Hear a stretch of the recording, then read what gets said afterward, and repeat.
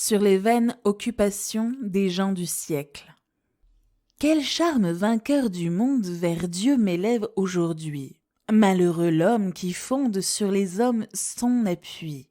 Leur gloire fuit et s'efface en moins de temps que la trace du vaisseau qui fend les mers ou de la flèche rapide qui, loin de l'œil qui la guide, cherche l'oiseau dans les airs.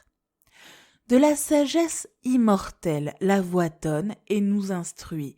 Enfants des hommes, dit-elle, de vos soins, quel est le fruit? Par quelle erreur, arme vaine, du plus pur sang de nos veines, acceptez-vous si souvent, non un pain qui vous repaisse, mais une ombre qui vous laisse plus affamé que devant?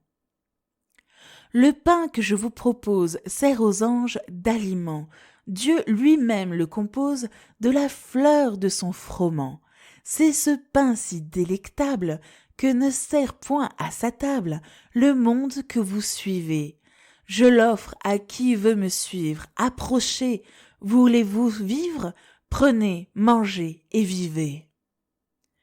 Ô sagesse, ta parole fit éclore l'univers, posa sur un double pôle la terre au milieu des mers.